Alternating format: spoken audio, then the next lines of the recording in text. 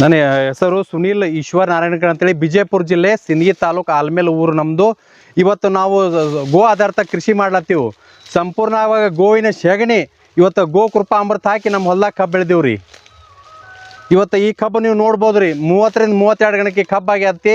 6 foot ಅಂತರ, 2 foot ಕಣ್ಣಿಂದ ಕಣ್ಣಿ ಐತಿ. ಒಂದು ಕಬ್ಬು ನೆಲಕ್ಕೆ ಬಿದ್ದಿಲ್ಲ, ನೀವು ಕಣ್ಣಾರೆ ಇಲ್ಲಿ ನೋಡ್ಬೋದು. ಪ್ರಾಕ್ಟಿಕಲ್ ನೋಡಕ್ಕದ ರೀ. ಒಂದು ಕಬ್ಬ 3 kg 2.5 3 kg ಕಬ್ಬ ಅದ ರೀ. ಸಂಪೂರ್ಣವಾಗಿ ಗೋಕೃಪಾಮೃತ ಸ್ಪ್ರೇ ಮಾಡಿವ್ರಿ. ನೀರಿನಲ್ಲಿ ಬಿಟ್ಟಿವಿ, ಡ್ರಿಪ್ ಮುಖಾಂತರ ಬಿಟ್ಟಿವ್ರಿ. ವಿಶೇಷವಾಗಿ ಉಳುಮೆ ಮಾಡಿನ ಅಂತ ಹೇಳಿದ್ರಿ. ಹೌದು, ಈಗ ನೋಡ್ರಿ ಭಾಳ ಮಂದಿ ಕಸ ಕಡ್ಡಿ ಕಳೆನಾಶಕವನ್ನು ಸ್ಪ್ರೇ ಮಾಡ್ತಾರ. ನಮ್ಮ ಹೊಲ್ದಾಗ ಇಲ್ಲಿ ಒಂದ್ ಸಣ್ಣಾಗ್ರಿ 4 ಇಂಚ್ ನಮ್ಮ ಟ್ರ್ಯಾಕ್ಟರ್, ಸಣ್ಣ ಟ್ರ್ಯಾಕ್ಟರ್ ಏನ್ ಮಾಡಿ ಉಳುಮೆ ಮಾಡಿವ್ರಿ. ಉಳುಮೆ ಮಾಡೋದ್ರಿಂದ ಯಾವುದೇ ಹುಲ್ಲು ಅಲ್ಲೇ ಮಲ್ಚಿಂಗ್ ಆಗ್ಯದ್ರಿ. Super sir. ಮತ್ತೆಲ್ಲ ಇದು ಸಂಪೂರ್ಣವಾಗಿ ಡ್ರಿಪ್ ಮ್ಯಾಗೆ ಅದ ಇದು ಕಬ್ಬ. ಇದು ನೋಡ್ಬೋದ್ರಿ ನೀವು.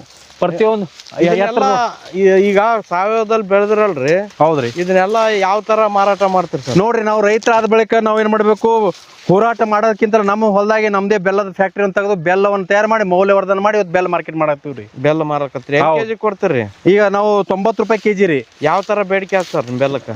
ಈಗ ನೋಡ್ರಿ, ನಮಗ ಪ್ರತಿನಿತ್ಯ ನಮ್ದು 1.5 ಕ್ವಿಂಟಲ್ ಬೆಲ್ಲ ತಯಾರತ್ತ. 1.5 ಕ್ವಿಂಟಲ್ ಗಟ್ಲೆ ನಮ್ಮ ದಿನ 50 kg ಮಿನಿಮಮ್ ಮಾರ್ಕೆಟ್ನಾಗ ಒಳ್ಳೆ ರೆಸ್ಪಾನ್ಸ್ ಸಿಗಾಕತ್ತದ, ಹೋಗಾಕತ್ತದ ರೀ. Okay sir.